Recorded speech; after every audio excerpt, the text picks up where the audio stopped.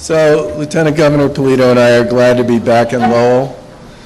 Thanks to the city for welcoming us. Thank you, City Manager Donahue, for being here. And I also want to thank the folks at Mill City Barbecue. Renee, you're clearly a force of nature, and we're thrilled to have an opportunity to spend some time with you. I also want to thank Lauren List, who's the CEO of Mass Development, for being here to talk about new grants and a $225,000 program that they've been running for a while now that helps communities like Lowell support Main Street economies as they recover from the impact of the pandemic. I do want to give a quick update on some COVID issues. First, the daily update on testing and cases and other key metrics. Yesterday, the Department of Public Health reported about 10,000 new individuals were tested with molecular tests. 143 came back positive. For the past several days, this number of new daily tests has remained high and generally speaking in that range. Massachusetts continues to be a national leader in COVID-19 testing, and this is in part due to the state's Stop the Spread campaign and much of the work we've also done with our colleges and universities in our partnership with the Brew Institute. And there are currently about 18 communities that are participating in the Stop the Spread program and over 50 colleges and universities that are participating in regular testing programming with the Brew. Today we're announcing that the Stop the Spread program will be extended in these 18 communities through the end of October. And as far as the other metrics go, the 7-day average for the statewide positive test rate remains at 0.8%. The number of people hospitalized is 371, including 67 in the ICU. And these statewide numbers indicate that Massachusetts continues to make progress in containing COVID. Every week we continue to update our statewide COVID risk map to highlight which communities are seeing a higher number of cases based on their population. And for folks in those communities, it's really important that you remember to be vigilant and to pay attention to the public health guidance provided by the Commonwealth to stop the spread of COVID-19, as well as the messaging and the programming that's coming from your municipal officials, and that we all work together to continue to do all we can in those communities to support their efforts to balance their efforts with ours to manage the spread. Our community enforcement and intervention team continues to work with those higher risk communities, and for cities and towns that shift from one category to another, our administration's urging them not to change course on major decisions like schools right away.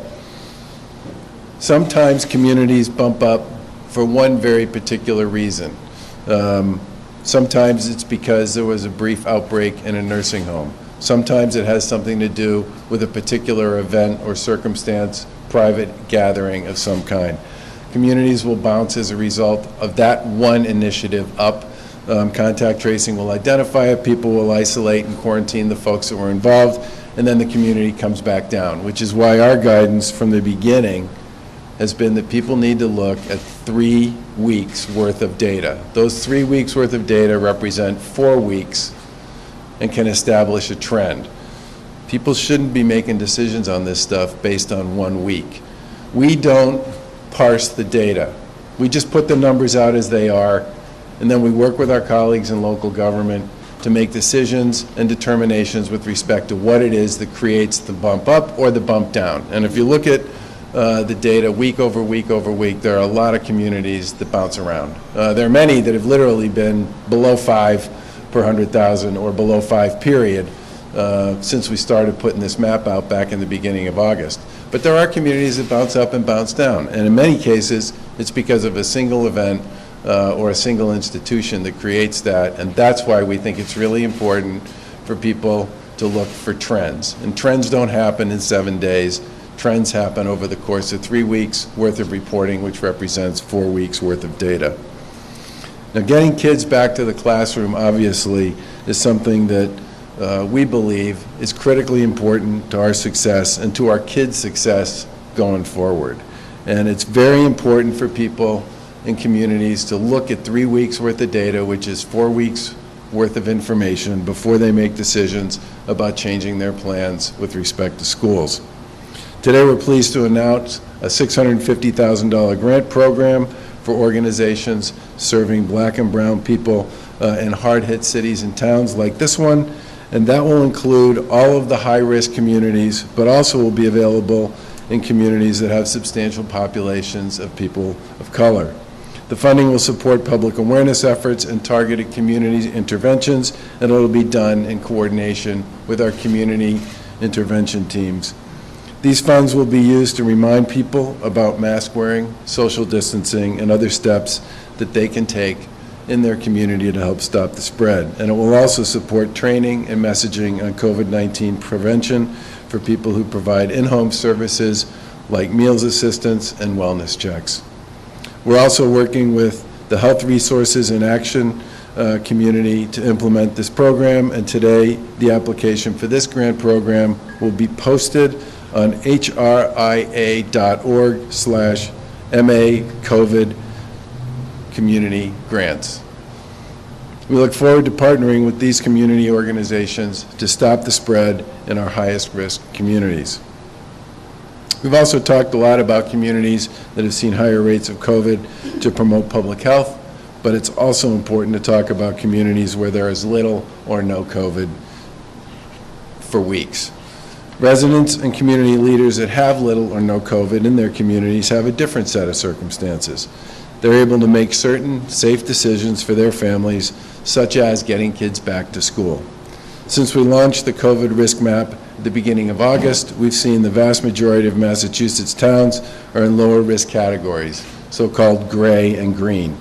And which means there's little to no transmission of COVID-19 in those communities. The guidance for the medical and public health experts is clear for these communities. It's safe to return students to in-class learning. This guidance was developed and endorsed by the Massachusetts Academy of Pediatrics and the Massachusetts Public Health Association. And we're glad to see that most of these districts are following the science and are implementing either an in-person or hybrid model. However, there are 16 districts across the Commonwealth where the public health data supports a return to in-person learning, but where officials instead opted for a remote-only education model. Remote-only models should only be used for communities with 3 consistent weeks of red designations, unless there are extenuating circumstances. Last week, the Department of Elementary and Secondary Education reached out to these communities and asked them to provide a timeline by which they will return to in-person learning. Districts must provide this timeline within 10 days, and depending on the response provided by the district, the department has the option of pursuing an audit. Local officials run their local schools. We understand that, but the state has an obligation to ensure that local officials are providing the best possible education in these difficult circumstances to kids in their communities. Commissioner Riley and our administration has been and will continue to help in every way possible to get kids back into the classrooms.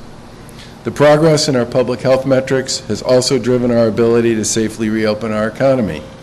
When we introduced our reopening plan in mid-May, the statewide positive test rate for COVID-19 was around 10%. As more industries have opened up, we've seen a decline in the positive test rate, which, as I said earlier in my remarks, has been below 1% now for several weeks. The people of Massachusetts and the folks that worked on that reopening team, kudos to you, Lieutenant Governor, for co-chairing it, deserve enormous credit for the success of this initiative. Almost 500,000 people have gone back to work since that reopening process began. And as I said previously, over that period of time, unlike what we saw in many other states, our positive test rate here in Massachusetts continued to drop throughout that period. I also want to thank all of the businesses and their workers who have aggressively adhered to the health and safety protocols that have been part of this reopening plan. By responsibly reopening, we've avoided the spikes in new cases, and people have been able to get back to work. And we're constantly consulting public health leaders and industry experts about ways that we can modify these regulations given these low rates of COVID positive tests. And yesterday, we posted several updates on reopening rules that will go into effect next Monday, September 28th. Restaurants will now be able to, when this goes into effect, restaurants will be able to seat 10 people to a table, which is up from a previous limit of 6, and that update will apply to indoor and outdoor events. We also want to help restaurants use their spaces more effectively. While bars remain closed in Massachusetts, restaurants with bar seating may now use those spaces for food service with the right distance measures in place. Yes. No standing around the bar, okay? Bars are closed, nightclubs are closed, but the evidence from other states with respect to this issue is clear. Restaurants can use bar seating for regular food service with appropriate distance in place. COVID's still with us, and until there's a medical breakthrough like a vaccine, we have to do all we can, working with our colleagues in the food service business to keep our restaurants and our other businesses safe. We hope these updates will also help Main Street shops and restaurants. Now, we're here today in Lowell with the folks from Mass Development to talk about a program that I believe is putting about $225,000 literally on the street here in the Commonwealth of Mass, which is called Commonwealth Places. And it's basically designed to support projects that help better utilize public spaces. This year, Mass Development focused the program on providing small grants to nonprofits and other community partners that were impacted by COVID-19. And today, we're pleased to announce $90,000 in funding for 10 projects statewide. The grants support local nonprofit Here, Do-It-Yourself Lowell, who will recreate self-guided walking trails around downtown, highlighting Black history and art.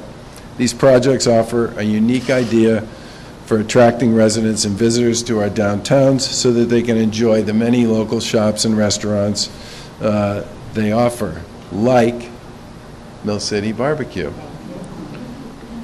The walking trails will also promote local shops around the city, and the project is a terrific way to support downtown Lowell, and we're especially glad that it's highlighting important cultural markers for the Black community along the way. I want to thank Do-It-Yourself Lowell for the important work that they're doing.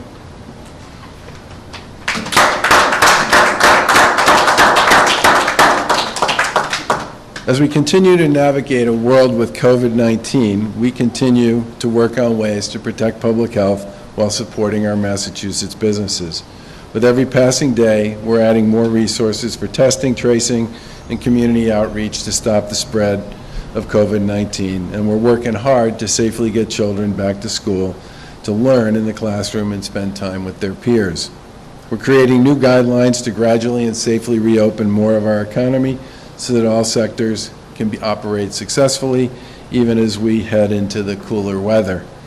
We're working hard to establish grant programs like the Shared Streets program and working with partners like Mass Development to give communities an extra boost. Our administration will continue to work every angle of this insidious pandemic to support and protect the people of Massachusetts from one end to the other. And I want to again thank the people of Massachusetts for doing their part. Without their vigilance and determination, we would not be where we are today. And with that, I want to turn it over to Lieutenant Governor Polito.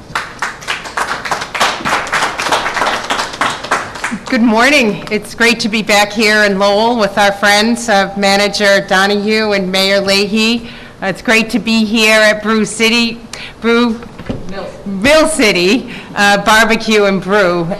Renee, what a fabulous spot. Your story is very compelling, starting off in the food truck business, learning barbecue, probably something that you understood at an early age, and bringing it here to Lowell and opening this wonderful spot just 5 months before the pandemic hit was not the luckiest moment in your life, but clearly this is a dream come true. We're very proud and honored to be here with you today and to celebrate your success and encourage more people to come and visit your great spot here in Lowell. The governor mentioned, and I certainly want to reiterate how much we value our partners with our municipalities, our communities, our business community, and value greatly how much businesses have been able to do during this challenging time to comply with the new rules and protocols to make their establishments safer. We clearly are just amazed at the collaboration, the hard work and effort, the tireless effort of the municipal leaders who get up every day and just do this work. And because of you, we've been able to tamp down the virus in many places. We're proud of what you're doing here in Lowell, and clearly at the same time, we want to address the economic challenges that exist as a result of the pandemic. I do want to acknowledge Lauren Liss and Mass Development. This is a great program, Commonwealth Places, and it's just one more tool to be able to offer to businesses and communities, and today helping nonprofits and other partners build economic momentum in their communities. Momentum is a good word to use, certainly now more than ever. By facilitating opportunities for safe dining and recreation, the program helps drive traffic to downtowns and commercial districts, just like the one we're in. Another tool we've seen in cities, and it's been great, the municipalities, and clearly Lowell, you get this, are stacking up these grants. And although they might be small individually, when you add them up, they can really have an impact. This is a complementary program to one we've been recently talking about with MassDOT, the Shared Streets and Spaces program, which awards cities and towns grants to quickly implement and expand everything from sidewalks to off-street parking lots in support of public health, safe mobility, and economic development. So we're trying to be creative, Renee, to get more people to enjoy what is in their backyard and to really try it, see if it works for them, and to come back. So we're glad to see the City of Lowell apply for and receive one of these Shared Streets grants, $165,000 to mark new shared use paths along 3 roadways in the city. These pilot paths will utilize temporary materials to facilitate safe travel in and around the downtown. It's a really creative way to get people to places that maybe they're not familiar with, do it in a safe and comfortable manner, and get them out to explore a little bit more. Here in Lowell, as the governor mentioned, the local nonprofit Do It Yourself, Lowell, it's such a Lowell thing, will use a $10,000 Commonwealth Places grant to implement a project called Visualizing Lowell's Black History, in which it will create 2 self-guided walking trails stretching from 167 Dutton Street to 35 Warren Street. Specifically, the organization will use funds to install signage and art along the walking trails, including information about Lowell's Black history, spaces to appreciate the arts, and business directories and COVID-19 public safety reminders. We're joined by local artists, and we're happy to have you here today. The art component of this project is being spearheaded by the Free Soil Arts Collective. Not only will this project highlight Black history and art, but the trails, which will run about 200 feet from here, will also guide participants along retail shops and outdoor streeteries. I love that word. Another one of Lowell's great initiatives, encouraging visitors to shop and dine in the area. So not only are you walking and taking advantage of art and appreciating where you are in this wonderful city that offers great history to understand, but also take a look at the restaurants that are offering great things, just like here at Mill City. Mill City Barbecue and Brew will be featured in the business directory and other wayfinding signage the project will produce. 2020 has been a year like no other, and I'm sure for many it's a year we do not wish to repeat. But visualizing Lowell's Black history meets this moment in more than one way. We must continue to buy local, shop local, dine local, support local, visit local, be intentional around visiting, supporting your restaurants, your businesses, and the places that maybe before pandemic were really a big part of your routine and places you look forward to going. We'll get back and doing that as part of your routine, even as we have to manage through the virus. These institutions, these places make up the fabric and the culture and what people love about their community.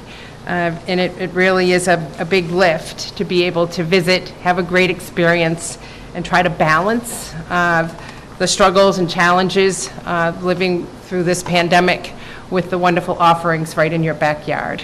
So it's great, really great to be here in Lowell to celebrate the grants as well as what you're doing at this time. And I'd now like to turn it over to Lauren Liss of Mass Development.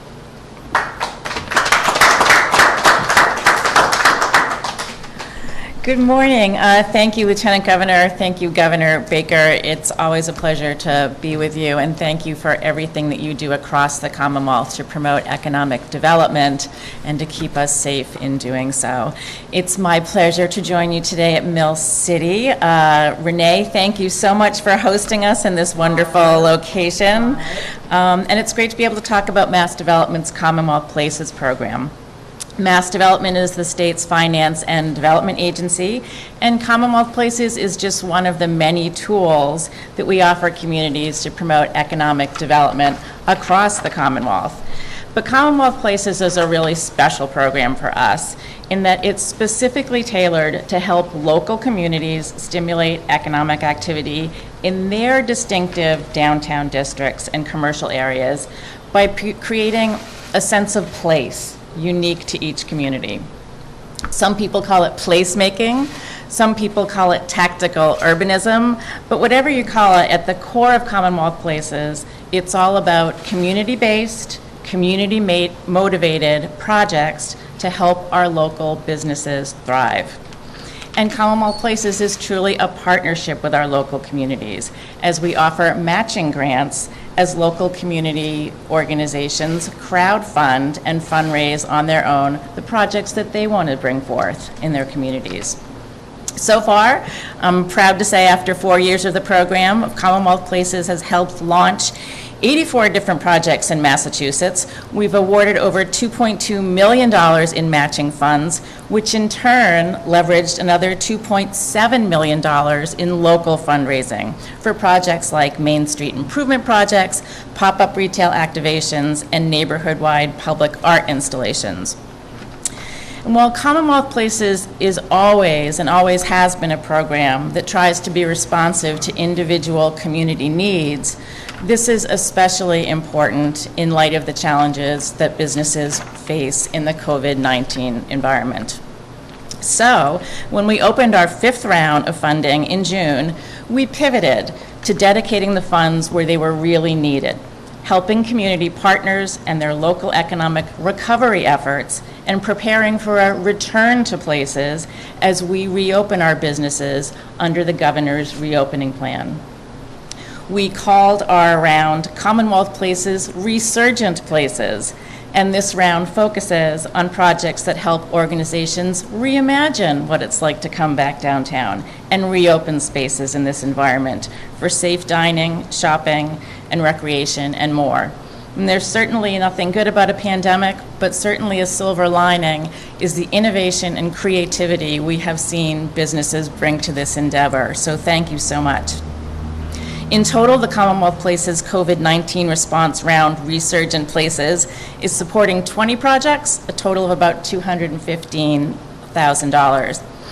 I can't say enough about Do-It-Yourself Lowell's Visualize Lowell's Black History Project and the incredible partnership behind that project. Coalition for a Better Acre, the Free Soils Art Collective, and the African Community Center of Lowell. So congratulations to Aurora, to Chris, the co-founding members of Do-It-Yourself, Lawrence, to Jennifer Balala from Coalition for a Better Acre, and Gordon Helm, who will speak in a minute. Thank you so much for your incredible work. But in addition to the wonderful Do-It-Yourself Lowell project, today's awards will also go to another 9 projects across the Commonwealth, and it's my pleasure to announce those today in alphabetical order, crisscrossing across the Commonwealth. So starting with the western part of the state, the Amherst Chamber of Commerce will receive a $10,000 grant for the project Amherst Resilience Initiative, a play in 3 acts, which will reopen an outdoor version of the downtown Amherst Visitor Information Center and install COVID-19 public health and wayfinding signage and landscaping in downtown Amherst. Heading back to Metro West, Beyond Walls, Inc. will receive a grant of $4,250 for its project Wash and Fold, supporting a safe and appealing return to shared public spaces, which will create a stainless steel hand washing station and curbside barriers to support outdoor dining spaces. Back out to the west, Chicopee Chamber of Commerce will receive a $10,000 grant for the project Chicopee Center Public Spaces, a project that will transform a remediated lot in the city's transformative development district into a mixed-use public space for a number of outdoor programming. In the Metro West area, Downtown Framingham, Inc. will receive a $10,000 grant for its Route 126-135 activation project, which will install outdoor seating, umbrellas, and barrier arts for cafes, as well as murals and landscaping for its downtown business area. Going a little further west, Creative Hub Worcester, Inc. will receive a $5,515 grant for the Creative Hub Worcester mobile art van, which, as its name suggests, will fit out a mobile art van to be parked at various locations in Worcester's Main Street South neighborhood. The Friends of North Brookfield Townhouse will receive a $9,000 $450 grant for their project North Brookfield Outdoor Film Screenings, which will host a series of free outdoor drive-in movie screenings in downtown North Brookfield. Skipping back to Boston, Nuestra Comunidad Development Corp. will receive a $10,000 grant for its Nubian Square street furniture project in Roxbury's Nubian Square area. And going out a little farther on Route 2, Reimagine North of Maine will receive a $10,000 grant for the Milling Around Fitchburg project, which will facilitate outdoor retail and entertainment at Fitchburg's Riverfront Park area. And finally, we'll finish back out west with the Stockbridge Library, Museum, and Archives, which will receive a $7,200 grant for its project, A Path to Reopening, Repurposing Public Space in Stockbridge, Mass. So to the many nonprofit partners and organizations, Administrator Donahue, Mayor Leahy, thank you so much for your help and participation. Congratulations to everyone. Thank you for all that you're doing to support economic development across the Commonwealth. And now it is my pleasure to invite Administrator Eileen Donahue, our great partner in economic development, to the podium. Thank you. Thank you. Good morning. Thank you so much, Lauren. And good morning. It's an honor to be here today on behalf of the City of Lowell. I'm joined with Mayor John Leahy, Mayor of the City of Lowell, as well as former Mayor City Councilor Rodney Elliott. I am so pleased to welcome Governor Baker and Lieutenant Governor Karen Polito, and of course President Lauren Liss, to announce the continuation of a valued program and one that has renewed life in public spaces in Lowell and across Massachusetts. I want to begin by thanking, a sincere thanks to the administration for their tireless effort and support of the Commonwealth's municipalities throughout this ongoing public health crisis. They have been unbelievable partners to us, and I just want to acknowledge how wonderful they have been throughout, from the start and as we speak today. Thank you both.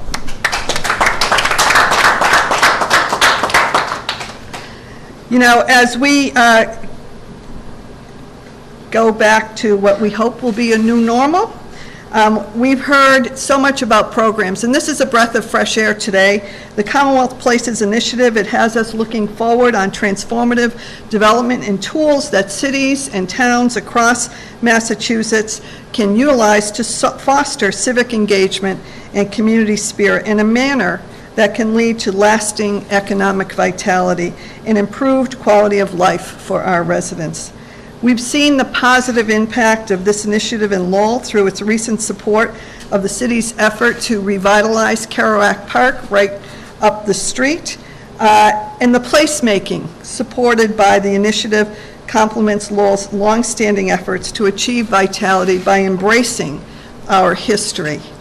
In Lowell, we owe much of our success to our ability to effectively harness and communicate the aspects of our past that make our city such a remarkable place. But there are parts of our history that are too often left untold. And I'm very grateful to DIY Lowell that the project you have put forward will communicate to the entire community Lowell's Black history in innovative and compelling way. From Lowell's role at the forefront of abolition movement and participation in the Underground Railroad to the present day with business owners like Renee, who contribute so immeasurably to our community. There is a remarkable heritage, and it's worthy of honoring today, and we are grateful to have this opportunity. We believe that this project will draw more visitors to our downtown businesses in a safe and socially distant way, and will also continue an important conversation about diversity of Lowell's history and culture. And we are grateful to Mass Development and Lauren Liss for supporting this wonderful project. So it is now my great pleasure to introduce to you Aurora Erickson, who is the co-founder of DIY Lowell, who will share with us more details about what this project will entail. So please welcome me and join me in welcoming Aurora.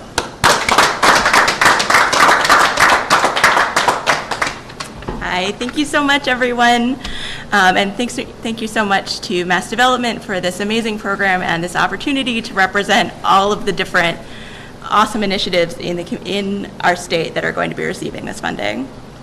So we're DIY Lowell. We're a grassroots group dedicated to helping community members make small-scale projects happen together. We're all about connecting people who wouldn't otherwise meet and empowering them to improve Lowell together. Special thanks to our fiscal agent, Coalition for a Better Acre, and to the City of Lowell. We really couldn't do it without you. As the city manager said, we have so much history in Lowell that we celebrate, but the story of the Black community in Lowell has been really undertold and left out of the narrative. Working together with a group of community volunteers, including Jennifer Valala, we partnered with Krista Brown and the Free Soil Arts Collective, who has a mission to amplify and strengthen the voices of artists of color. Our collaboration, Visualize Lowell's Black History, will center that story through arts and history. The storytelling will encourage visitors to come explore and support our amazing downtown and local businesses.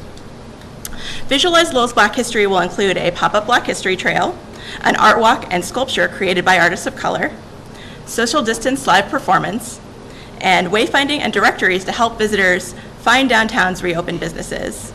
We'll unfurl this program this fall and next spring. This project will be led by community leaders of color, so I want to step back and let one of those partners, Mr. Gordon Hall of the African Community Center, say a few words.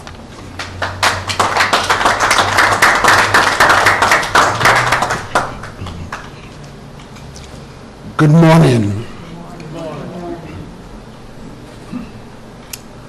Your Excellencies,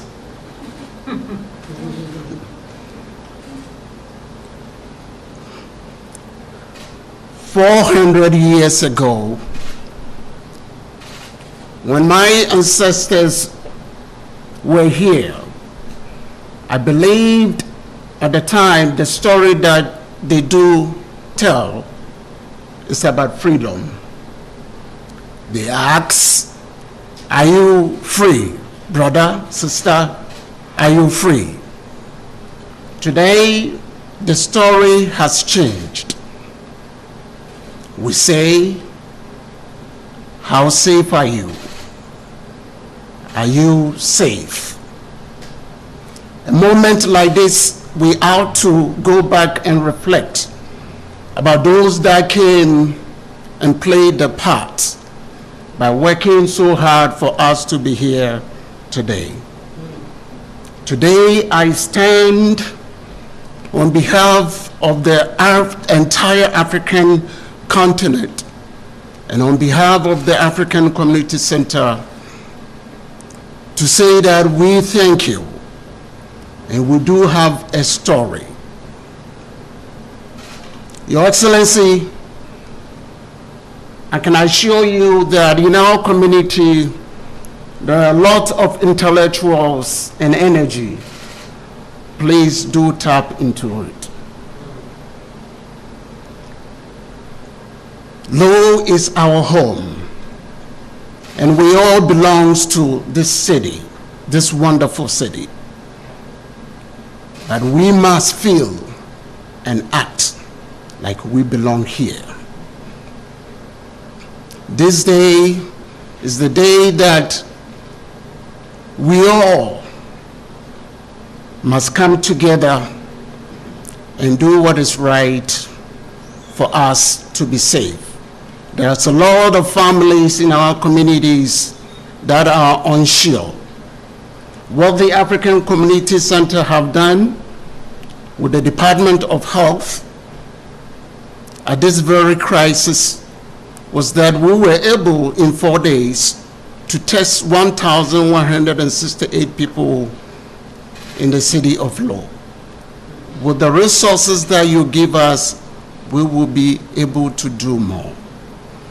Again, on behalf of the entire African community and every African on this city across Massachusetts, we thank you, the leadership, for bringing us this far.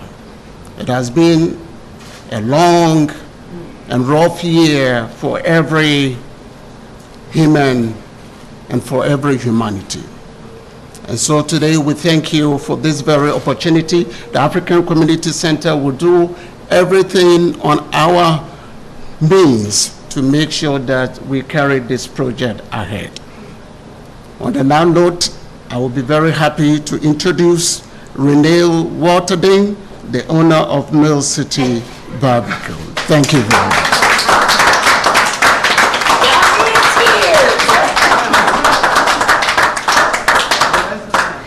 So yes, I as one am a black owner in our community, and your story was wonderful, thank you.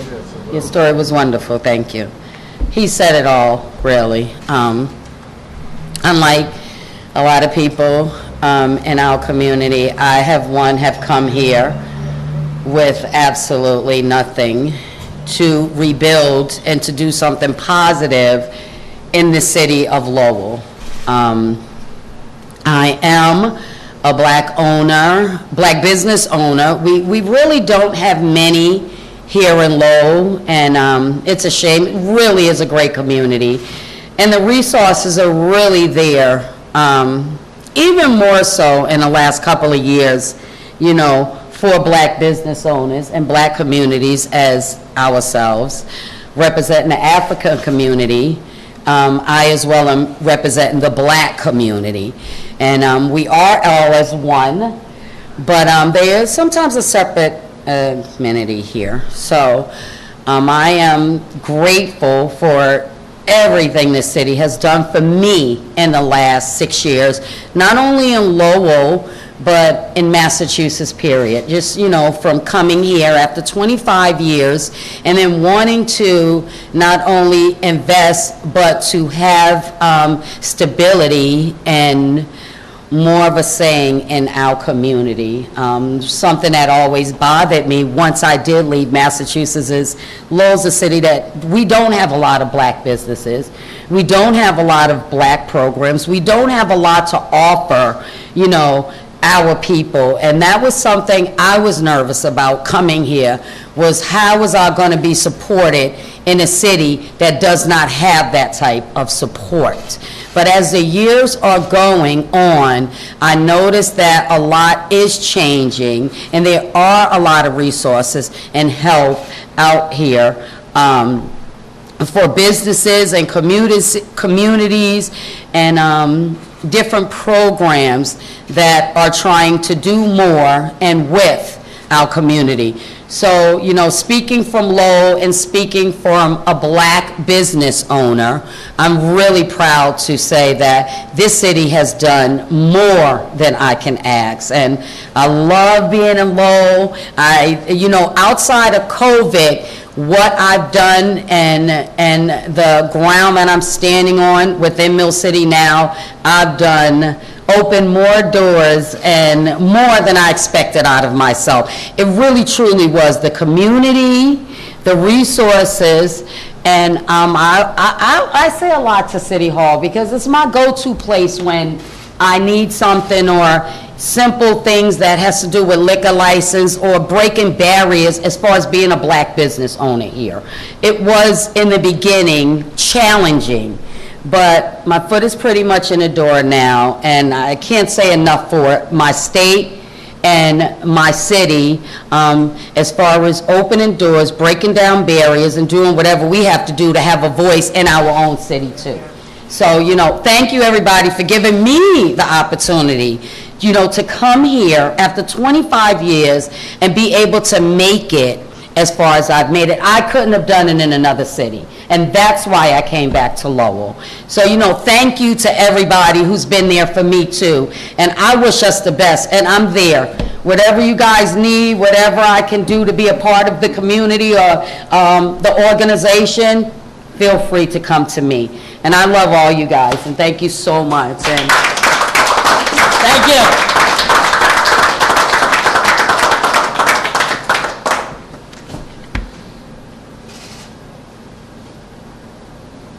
You're a hard act to follow, Renee. Questions? Steve? Yesterday, the judge ruling regarding Bennett Walsh didn't have the authority to Yeah. fire. What are your next steps, and who is running the Holyoke Soldiers?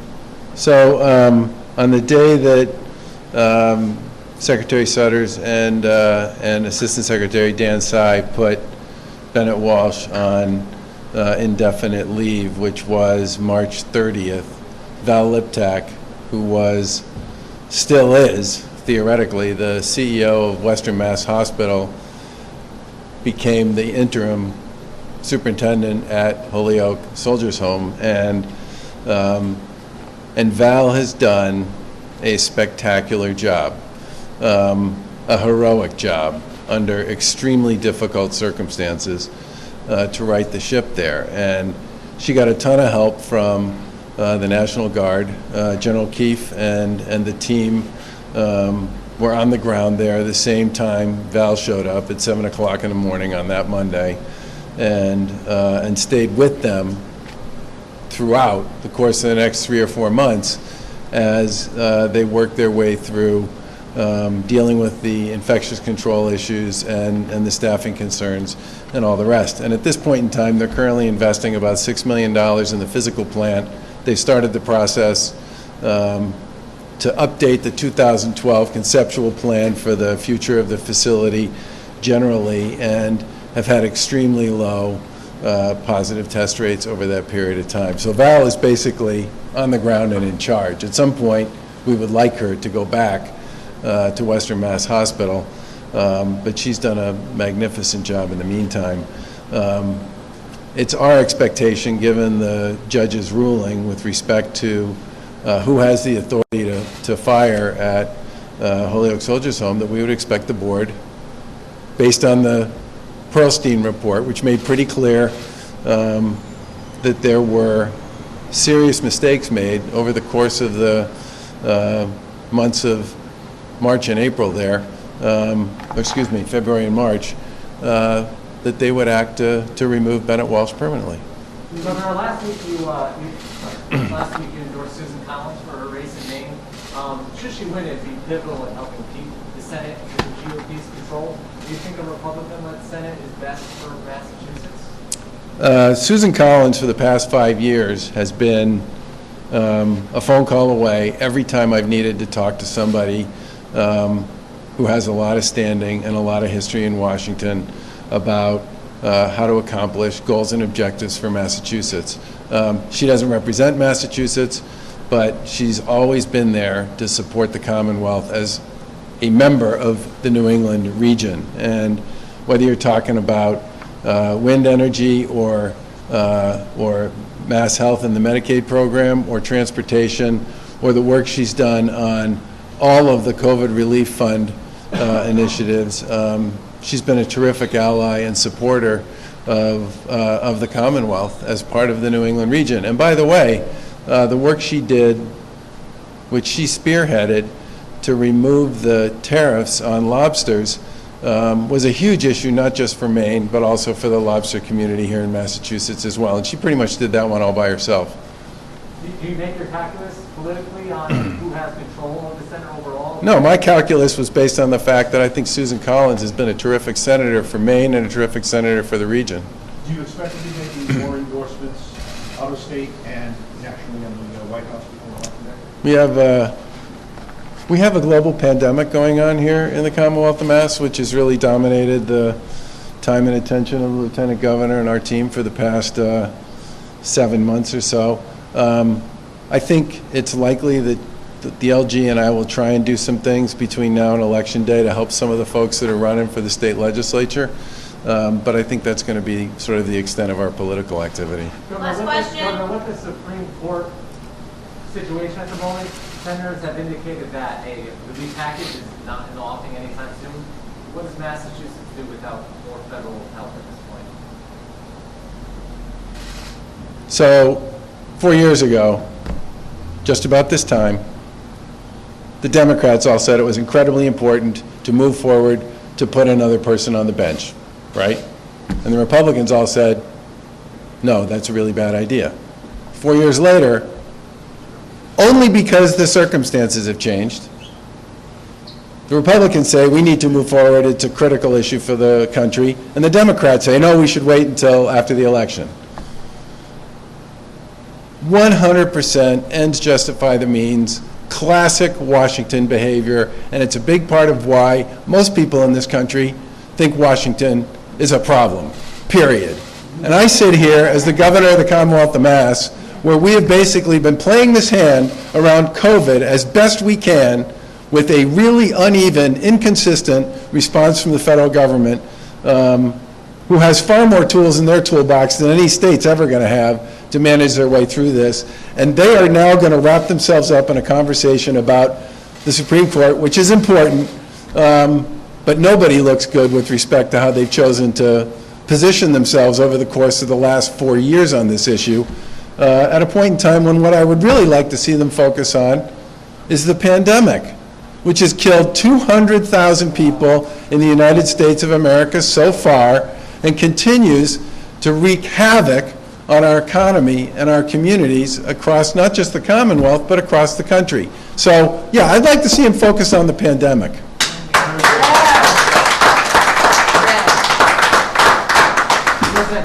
Put together the budget, you don't have a federal aid package between now and essentially the end of next month. So we've been working with our colleagues in the legislature.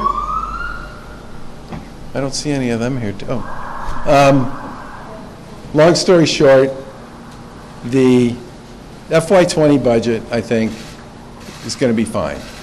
All right? The FY21 budget, I think we will be able to work our way through, okay? And I expect that at some point in the next 6 or 7 weeks, we need a little more information on tax revenue. We had pretty decent numbers in July and August, but those are small months. September is an important month because it's the first month where everybody basically who pays in. You know, some people pay quarterly, a lot of people pay monthly. We need to see what the quarterly stuff looks like to get some idea about what the rest of the year looks like. But generally speaking, we think 21 we can work our way through. But 22, we believe it's going to be important for the feds to support states and municipalities. And the part that's so frustrating to me about this is whatever you think about the back and forth between the House and the Senate and the Republicans and the Democrats on this, there are really significant elements of common ground. And the biggest one, which I spent a good part of my time in my remarks today talking about, is education, right? The House in Washington put about $100 billion for K through 12 and higher ed. Higher ed's a pretty big issue here, right? As is K through 12. Put about $100 billion into their plan for what they were proposing to do in terms of relief for states and municipalities. The Senate did $107 billion. Really? You can't figure out how to get a deal done, in part, around school reopening, colleges returning, education, which everybody believes is a critically important element of what we lost last spring because of COVID? I mean, there are plenty of opportunities there on stuff they've basically already agreed on, that if they could just move forward and complete, they could do some really positive, important work, not just for the Commonwealth of Mass, but for the country. And it would sure be nice if they could focus on that. Governor, do you plan to extend the eviction moratorium that expires in about 3 weeks? We're currently in pretty active discussions with the folks in the legislature about, or the folks in the courts about this, and the folks in the housing community. Honestly, our conversations had been going on with Chief Justice Gantz around this issue, and his passing was a tragedy for all kinds of reasons. But we've really had to sort of recalibrate some of those discussions with the courts. I think our view at this point in time is we would really like to see if we can put a plan together to make sure that we can do with the courts what needs to be done to ensure that people are protected with respect to their housing. But the longer this thing goes on, the deeper the hole gets, not just for tenants, but also for landlords, especially small landlords who are going to run out of, who have in many cases already run out of rope. And I think what we really need to do is come up with a plan with the courts and make sure we do all the things we need to do to keep people safe and secure. Thanks, everybody. Where are you at with finding someone to Did that announcement go out this morning or not? It hasn't gone out? Want to make an announcement? Maybe. So I think most people know, I am going to make an announcement, sorry. I think most people know that Justice Lenk hits the maximum retirement age in December. She was planning to step down in October. We started a process to secure candidates that we can interview for her position. June? After we went through that process, the COVID thing kind of got in the way of that whole thing, so we basically extended it for a few weeks to give people an opportunity to apply for that. Given the sudden passing of Chief Justice Gantz, I think it's likely that we're going to sort of extend that for a few more weeks to see if there's anybody who wants to apply, who didn't want to apply for the one seat but might want to apply if there are two. So I think we're probably a few weeks away from just procedurally from getting to the point where we're really going to know who's sort of part of that pool of applicants. But we are going to, I think today, announce that we're going to extend the period for people to apply for another 3 weeks. Now, that's obviously a delay and it's complicated for the courts, but I think we felt that it was important to give people who might not have been interested if there was just one seat up, but might be interested if there were two, and might be interested if one of the two seats that was up was the Chief Justice seat. Thanks, guys. Are you leaning toward tapping one of the current justices to be elevated to Chief Justice, which is traditionally? Yeah, we haven't made a decision on that yet, and yeah, we haven't made a decision on that. Okay.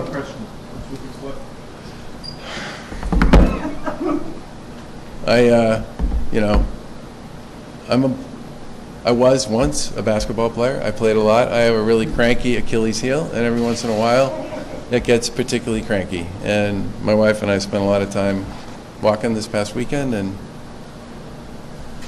I got the appropriate response from my cranky Achilles heel. So thanks for asking. Thanks for asking, Steve. I appreciate that.